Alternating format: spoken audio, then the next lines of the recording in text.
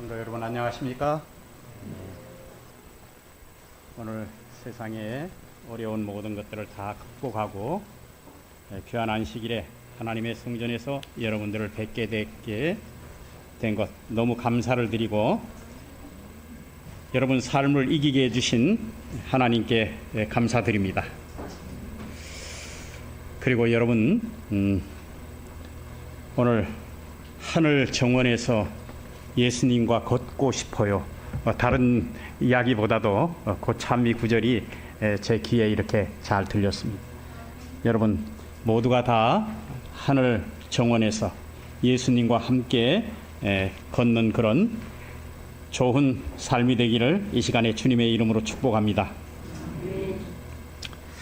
2001년도 1월 26일 날 도쿄 시노쿠보역의 선로에서 취객 한 사람이 선로에 떨어졌습니다. 그런데 그것을 보고 있던 한국인 사람 한 사람이 있었고 일본인 한 사람이 있었습니다. 그런데 이 사람은 그때 고려대 재학 중이었고 일본 어학연수차 일본에 가 있었습니다. 이수연 씨라고요? 그게 아마 20년이 넘었네요. 그런데 사고 떨어진 사람을 이렇게 건져내려고 그렇게 했는데, 주변에 있는 사람들이 저 사람만 놓치면 그냥 가만두면 저 사람이 살겠다, 그런 생각을 했다는 거예요. 그런데 끝까지 이 사람을 건져내야 되겠다, 그런 생각을 하고 포기하지 않고 그렇게 그냥 그 사람을 건져내려고 하다가 일본인 한 사람하고 그 취객하고 이 한국의 이수연 씨하고 같은 자리에서 죽었습니다. 열차 사고로. 그런데 20여 년이 흘렀지만은 매년 그 지하철에서 추모 행사를 해마다 하는데, 그 어머니는 아들이 숨 거뒀던 지하철 플랫폼에서 내가 여기에 항상 설 때마다 아들이 생각난다고 얘기하면서, 내가 여기를 찾을 때마다 수연이가 있는 것 같아 가슴이 떨려온다, 그런 말을 그 추모식장에서 했다고 합니다. 저는 오늘 잃어버렸던 그곳에서 예수님이 왜 인류를 잃어버렸던 그곳에 서서 오늘 이런 말씀을 하시는지에 대해서 말씀을 통해서 함께 은혜를 나누고 싶습니다. 히브리 13장입니다. 13장 10절로부터 16절에 있는 말씀을 봉독하도록 하겠습니다. 우리에게 제단이 있는데 장막에서 섬기는 자들은 그 제단에서 먹을 권한이 없나니, 이는 죄를 위한 짐승의 피는 대제사장이 가지고 성소에 들어가서 그 육체는 영문 밖에서 불사름이라. 그러므로 예수도 자기의 피로서 백성을 거룩하게 하려고 성문 밖에서 고난을 받으셨느니라. 그런즉 우리도 그와 치욕을 짊어지고 영문 밖으로 그에게 나아가자. 우리가 여기는 영관 도성이 없으므로 장차 올 곳을 찾나니, 그러므로 우리는 예수로 말미암아 항상 찬송의 제사를 하나님께 드리자. 이는 그 이름에 증언하는 입술의 열매리라. 오직 선을 행함과 서로 나누어 주기를 잊지 말라. 하나님은 이 같은 제사를 기뻐하시느니라.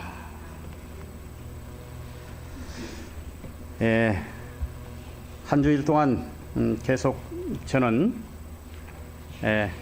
한 곳에 예수님의 십자가를 줄곧 생각하게 되었습니다. 여러분, 해골이라는 곳이 어떤 곳입니까?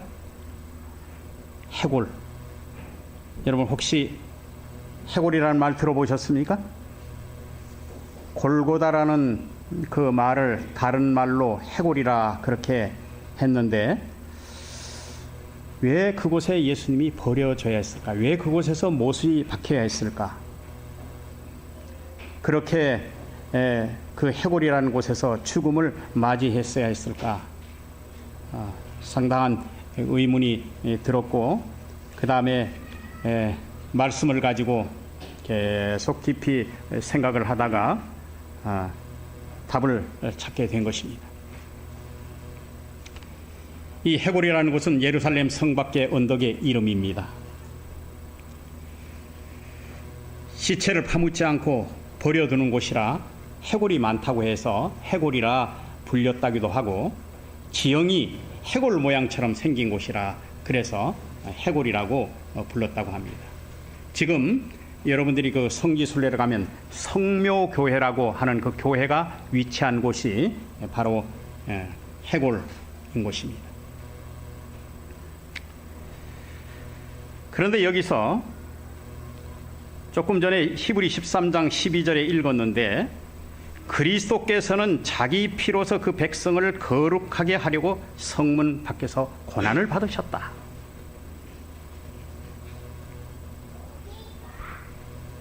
아침 내도록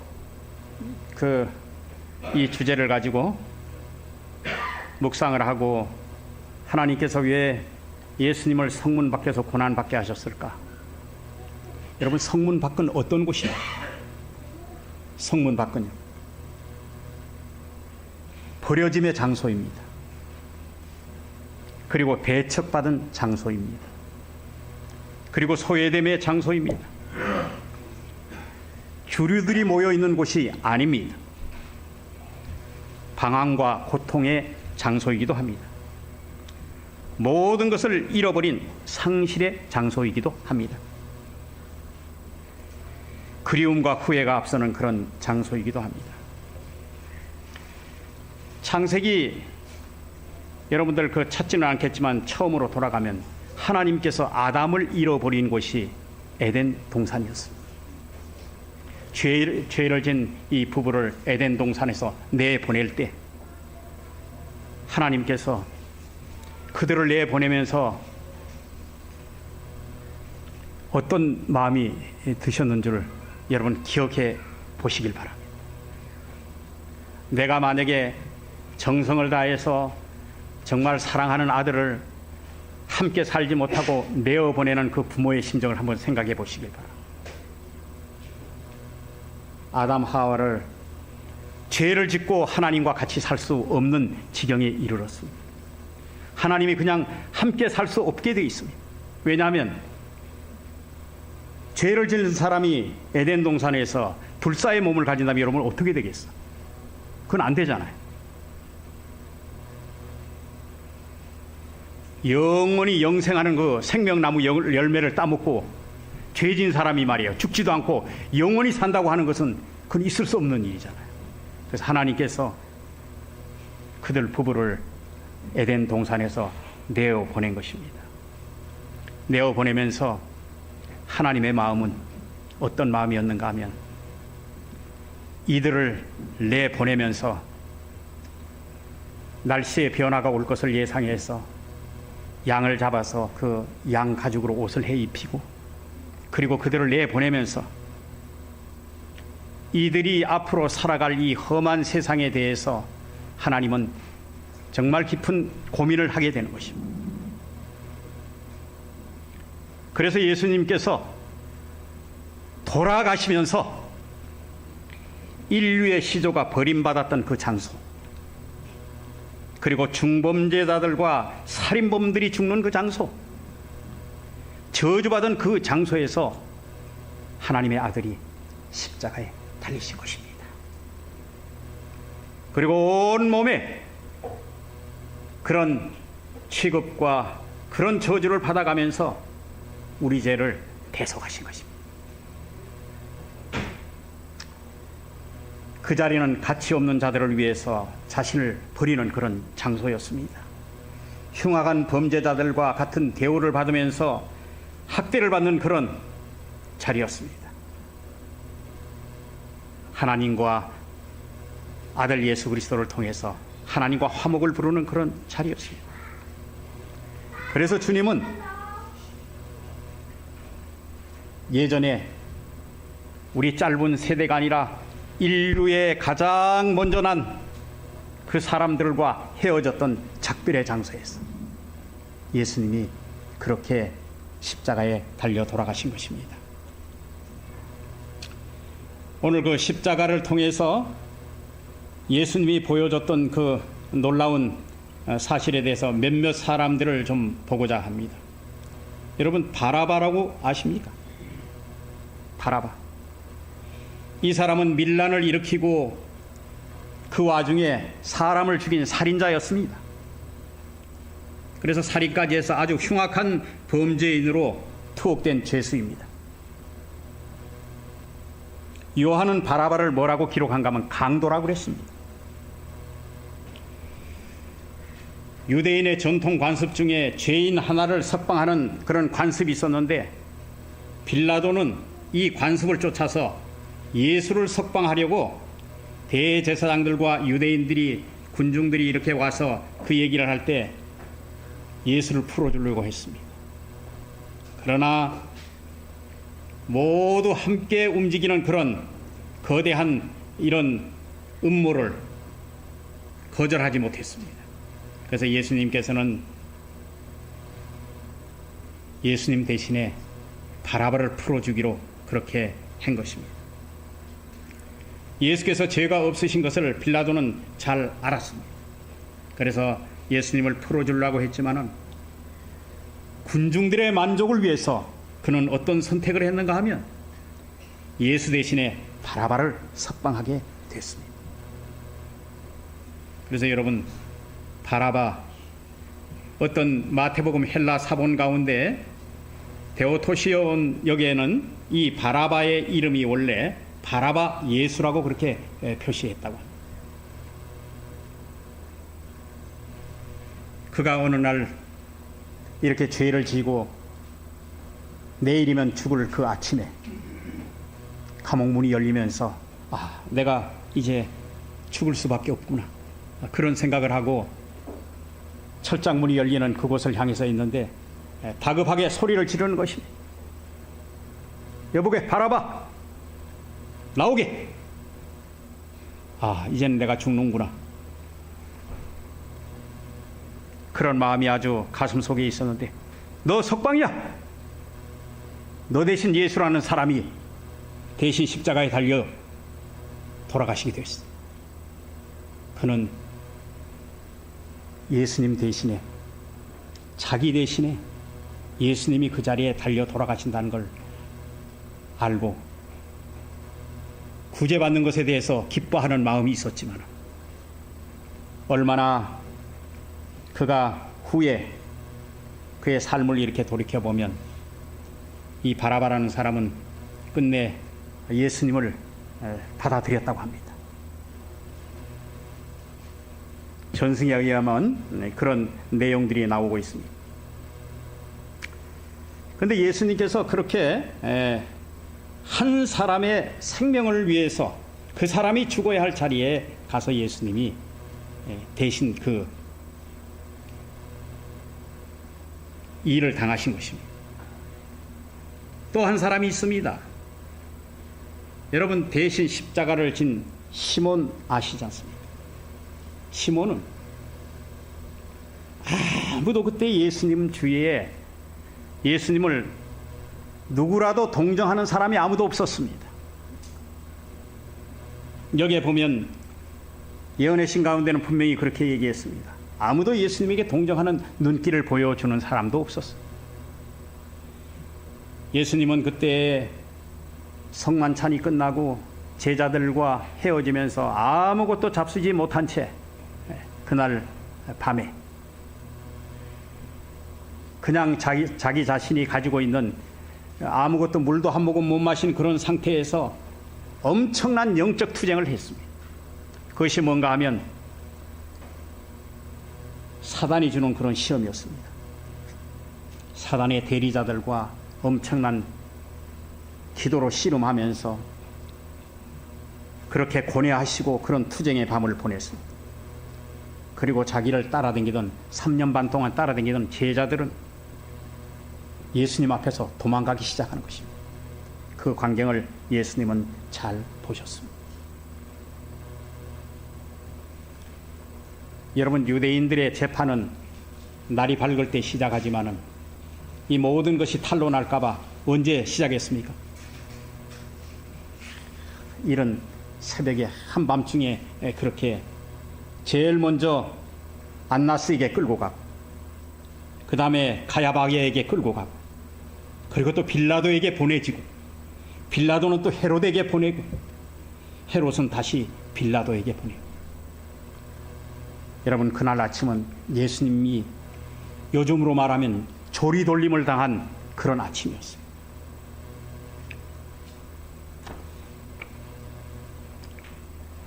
모욕과 조롱을 당하셨습니다. 2번 채찍에 맞고 고문당하셨습니다. 밤이 새도록 영혼을 괴롭게 하는 그 장면들이 연달아 일어났습니다.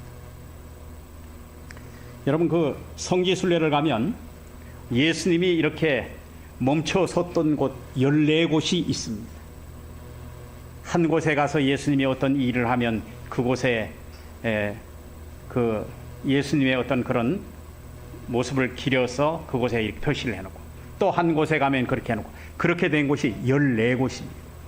근데 대다수의 그 14곳 장소에 거의 교회들이 다 세워졌습니다. 교회들이 세워지고, 이렇게 예수님이 어려운 일을 당하면서 저는 이 말씀에 아주 깊은 감동을 받았습니다. 그리스도께서는 모든 일에 실패하지 않으셨다. 그분께서는 하나님의 영광을 돌리는 말씀밖에는 아무런 말씀도 하지 않으셨다. 그 모든 수치스럽고 조소 섞인 신문을 받으시는 모든 시간 동안 그분은 확고부동하고 존귀하게 처신하셨다. 채찍에 맞을 때나 어떤 견딜 수 없는 그런 일이 있을 때도 예수님은 이렇게 확고부동하고 존귀하게 처신하셨다. 우리가 믿는 예수님이 그런 예수님이십니다. 구주를 따르던 무리들이 비틀거리는 예수님의 모습을 보면서 동정을 나타내는 사람은 한 사람도 없었습니다. 예수께서 무거운 십자가를 지고 가지 못한다고 해서 그들은 그분에게 욕설을 퍼붓고, 요즘으로 말하면 왜 저 모양이야? 십자가를 또 올려놓으면 주님께서 쓰러지고, 그래서 더 이상 십자가를 지고 이제 갈 수 없다는 사실을 사람들이 깨닫게 됐습니다. 그래서 이 굴욕의 짐을 지고 갈, 대신 주고 갈 사람을 찾기 시작했습니다. 근데 여러분들, 유대인들이 얼마나 많았습니까? 근데 유대인들은 어떻게 했는가 하면 그날 이렇게 십자가를 지고 이렇게 그 자기를 더럽히는 것이 유월절 행사에 못 가는 일이라 생각해서 유대인들은 그걸 겉들도 보지도 않았어요. 아무도 예수님의 모습에 대해서 관심을 갖는 사람이 없었습니다. 그리고 그 대신 져줄 사람도 없었습니다. 그런데 시골에서 올라온 그 이방인 구레네 사람 이 시몬이 군중들과 마주쳤습니다. 군중들은 욕설을 퍼붓고 멸시를 하는 말투로 그렇게 여러 번 소리를 지르면서 이야기를 하는데, 이 구레네 시몬은 예수님을 바라볼 때 아주 측은한 마음이 들었습니다. 저분이 왜 저렇게 하지? 시몬은 사실 그때 예수님의 소문을 들었다고 합니다. 자기 아들들은 예수님을 믿는 사람이었어요. 알렉산더 루포라고 여러분들 아십니까? 사도 바울이 쓴 편지서에 보면 알렉산더 루포에 대한 이야기가 나옵니다. 그때 그 가족은, 자기 부인과 그의 자녀들은 예수님을 믿었지만 자기 자신은 예수님을 믿지 않았어요. 그런데 얼찐 관심을 보이자 이 구레네 시몬을 얼른 잡아채서 십자가를 지우게 한 것입니다. 여기에 보면 억지로 십자가를 졌다 그래요. 억지로. 여러분, 주님을 위해서 억지로 십자가를 지면 복이 되겠습니까?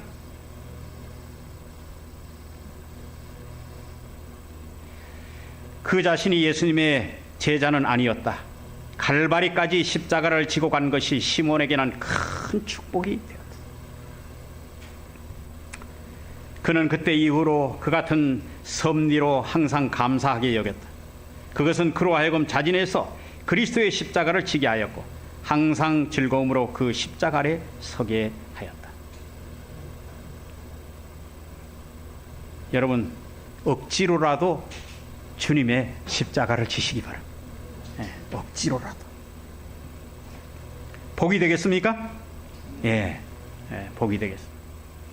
그래서 수많은 사람들이 그날 이 광경은 왜 예수님께서 그렇게 하셨는지 이 십자가의 사건을 통해서 모든 사람의 시선이 다 집중이 되었습니다. 그분이 안 타시던 나귀도 타고 성전에 들어가시었고 수많은 사람들이 그 광경을 다 봤고, 그래서 정말 예수님이 왕이 되는가 하고 사람들이 다 신경을 곤두세웠는데 예수님이 그날 십자가에 달리시니 이 사람들에게는 믿었던 모든 것들이 다 무너져 버린 것입니다. 그러면서 이 십자가를 통해서 수많은 사람들이, 우리가 보기에는 별 볼 일 없는 사람들 같지만은 그 사람들이 예수님을 만난 것입니다. 여러분, 십자가가 3개가 세워졌어요. 3개가 세워졌는데 예수님이 어디 계셨다고요? 가운데. 왜요? 어떤 의미입니까? 내가 죄인 중에 가장 흉악한 죄의 자리에 내가 선다고. 그리고 예수님을 이렇게 14번 그 서는 그런 자리에 끌고 다닐 때 그것이 이렇게 보면 사람들한테 가장 모욕을 많이 주고 사람들이 가장 많이 몰려있는 그런 곳들로 예수님을 인도했다 그래요. 보라고. 이 죄인을 보라고. 그래도 예수님은 그렇게 끌려가면서도 입에는 아무런 그런 고통스러운 표정을 바라지 아니하시고 아까의 말씀처럼 그분께서는 하나님께 영광을 돌리는 말씀만 하셨습니다. 그러면서 십자가 상에서도 옆에 있는 두 죄인과 함께 가운데 매달리면서 그분은 내가 이 많은 죄인들보다 더 중한 여러분의 죄를 지고 간다는 사실을 십자가 상에서 보여준 것입니다. 그리고 저는 또 이 말씀에 너무 가슴이 많이 감동이 되었습니다. 제사장들과 관원들이 어떻게 얘기했는가 하면 그리스도께서 만약에 잡히시기만 하면 그분의 제자들을 괴롭히지 않겠다는 약속을 했다는 것입니다. 그래서 제자들과 여러 인근의 지방에 있는 모든 신자들이 구주를 따르는데 별 무리가 없었습니다. 이것은 곧 뭔가 하면 예수님의 잡힘은 결국은 제자들에게 자유를 부여하는 그런 죽음. 얼마나 예수님의 한 죽음을 통해서 또 여기 보면 그런 사람이 있었고 예수님이 십자가에 이제 완전히 달려서 고통 중에 크게 부르짖고 그렇게 할 때 십자가상의 한 강도가 처음에 같이 함께 욕을 했어. 함께. 아이, 당신도 좀 내려가고 우리도 좀 내려가게 해달라. 그렇게 얘기했어.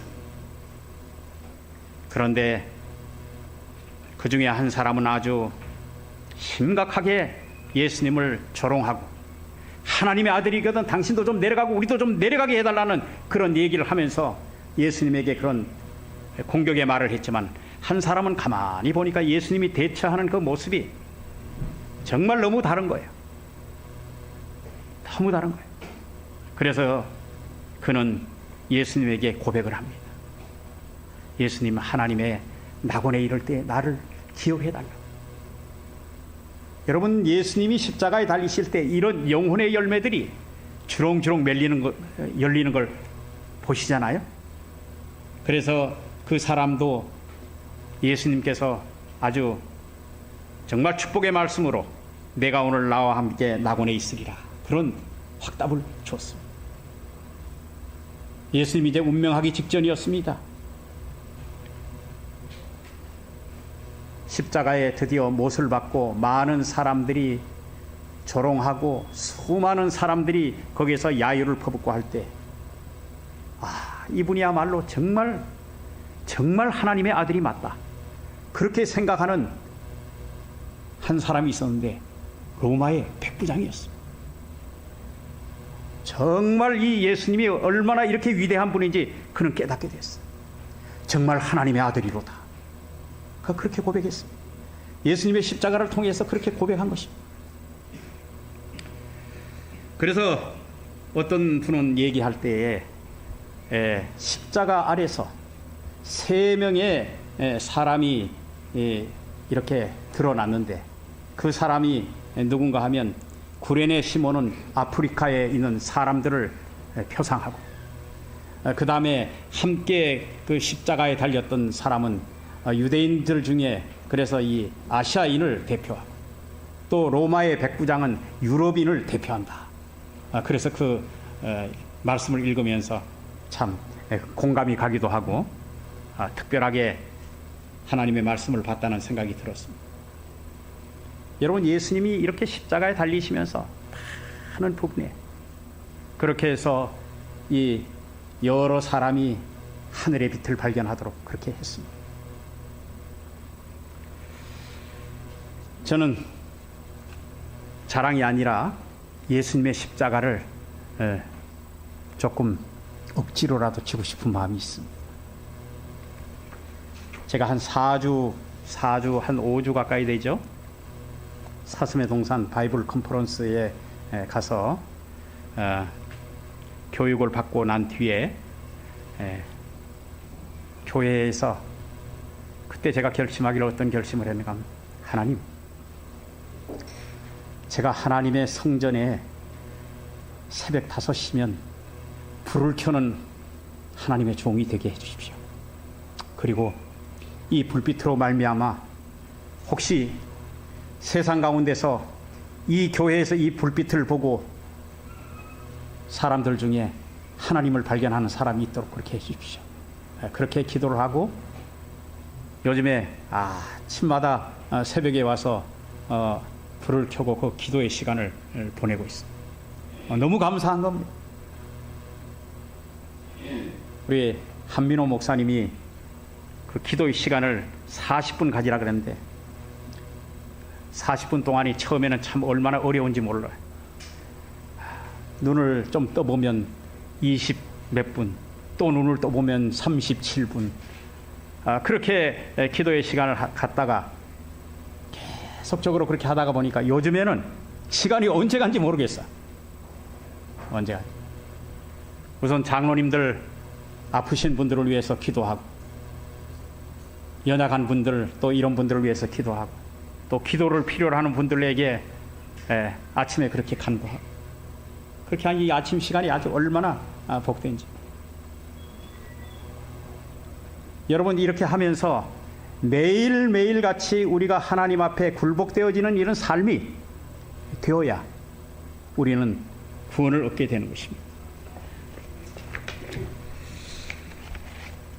여기에 이제 시간이 이제 얼마 남지 않아서 제가 마지막 말씀을 좀 드리겠습니다. 한 청년이 믿음이 좋은 노인을 찾아가서 십자가에 못 박히다는 것이 도대체 무엇입니까? 하고 물었습니다. 여러분, 오늘 우리 허영애 장로님이 오늘 안식학교 시간을 썼는데, 여러분, 노인들은 그렇게 뭐 이렇게 활동력이 강하지는 않지만 여러분, 움직이는 도서관이라 그럽니다. 노인 한 분이 돌아가시면 도서관 하나가 없어진다 그래요. 여러분, 그래서 이 어르신들에게 많이 물어보시기 바랍니다. 물어보시고, 그분이 이렇게 얘기했어요. 십자가에 못 박힌다는 것을 내가 3가지 의미로 얘기해 주겠는데, 첫째, 뭔가 하면 십자가에 못 박힌 사람은 한쪽 방향만 볼 수 있다, 그렇게 얘기했어요. 맞습니까? 십자가에 못 박히면 막 뒤쪽도 막 돌아볼 수 있습니까? 아니면 내가 한쪽 방향만 볼 수 있습니까? 한쪽 방향만 볼 수 있습니다. 그 방향은 오직 예수님이 이끄시는 곳이라고 그렇게 얘기했어요. 두 번째는 자기가 있던 곳으로 돌아갈 수 없다고 했습니다. 여러분, 십자가에 못 박힌 사람이 막 흔들어 가지고 내가 그냥 옛날 있던 곳으로 갈 수 있습니까? 없습니까? 애굽에서 나온 이스라엘 백성들이 힘들고 어렵다고 해서 다시 애굽으로 갈 수 없는 것입니다.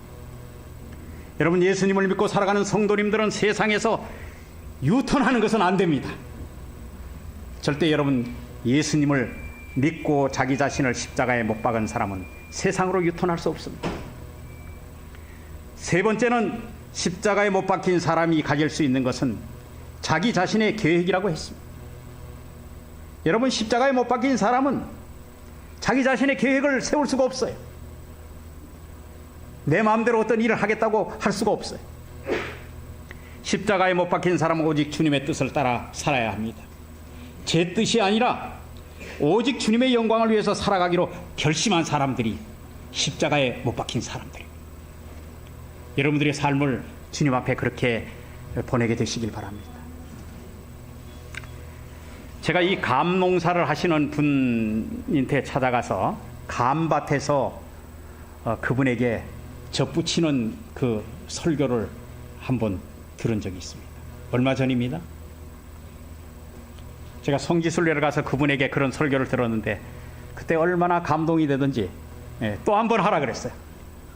그래서 그분이 감밭에 나와가지고 저에게 이야기하는데, 여러분, 이 감나무 있잖아요. 감나무 밑둥은 뭐죠, 여러분? 고엽나무죠. 근데 그 접을 붙이려면 고엽나무를 어떻게 해야 돼요? 잘라요. 자르고 뭐가 와야 돼요? 새로운 나무가 와야 돼요. 새로운 나무가. 그 감나무가 와야 돼요. 그래서 감나무에 그 가지고 온 것을 삐져가지고 그 사이에 홈을 파고 잡아놓고 또 이렇게 묶고 그렇게 한 다음에 이렇게 놔두면 어떻게 됩니까? 그랬더니 그분이 하는 얘기 중에 제가 가장 감동을 받은 것이 뭔가 하면, 이렇게 새 나무를 갖다가 붙여놓긴 했는데 이것이 여기 매 달려가지고 다시 싹이 나고 이렇게 자랄 때까지는 어마어마한 저항력이 밑에서 솟아난다는 것입니다. 고엽나무가 어떻게 해요? 위에 가지로 가는 영양분에서 고엽나무가 계속 막 이거 나무 가지를 뻗쳐서 고엽나무 가지를 잘라주지 아니하면 감이 절대 달리지 않는다는 것입니다. 그래서 그는 2천 한 몇백 개의 그 나무를 한 40년 동안 지금 접을 붙였는데 한 3가지만 실패를 하고 나머지는 다 성공했다 그래요. 그런데 그 감나무 이야기를 하면서 끊임없이 이렇게 옆으로 난 그런 가지를 잘라줄 때, 그럴 때 감이 열린다는 거예요. 근데 여러분, 첫 해에 감이 안 열린다는 거예요. 둘째 해도 감이 안 열린다는 거예요. 셋째 해에 돼서야 감이 열린다는 거예요.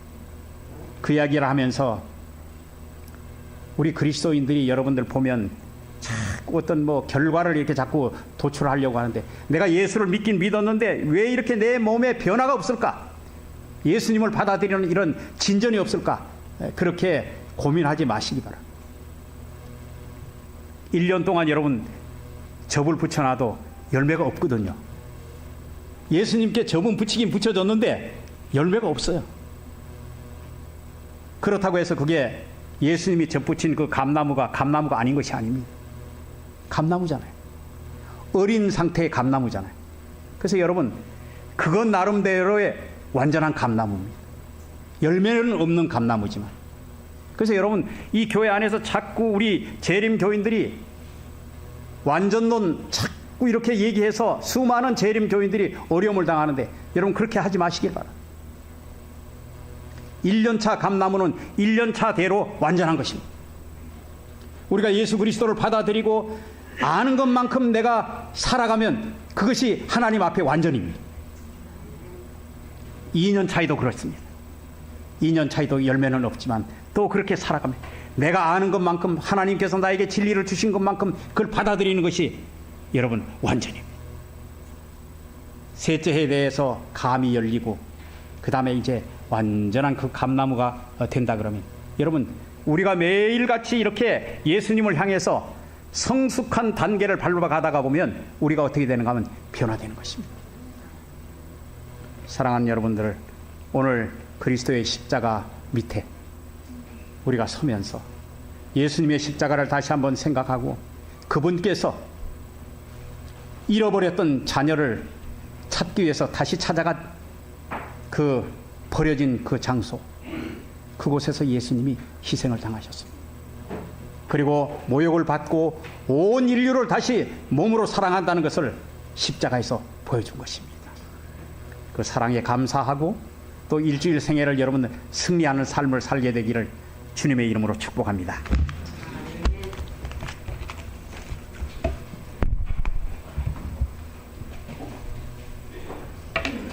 다 함께 일어나셔서 139장 만왕의 왕 내 주께서 함께 찬양하시겠습니다.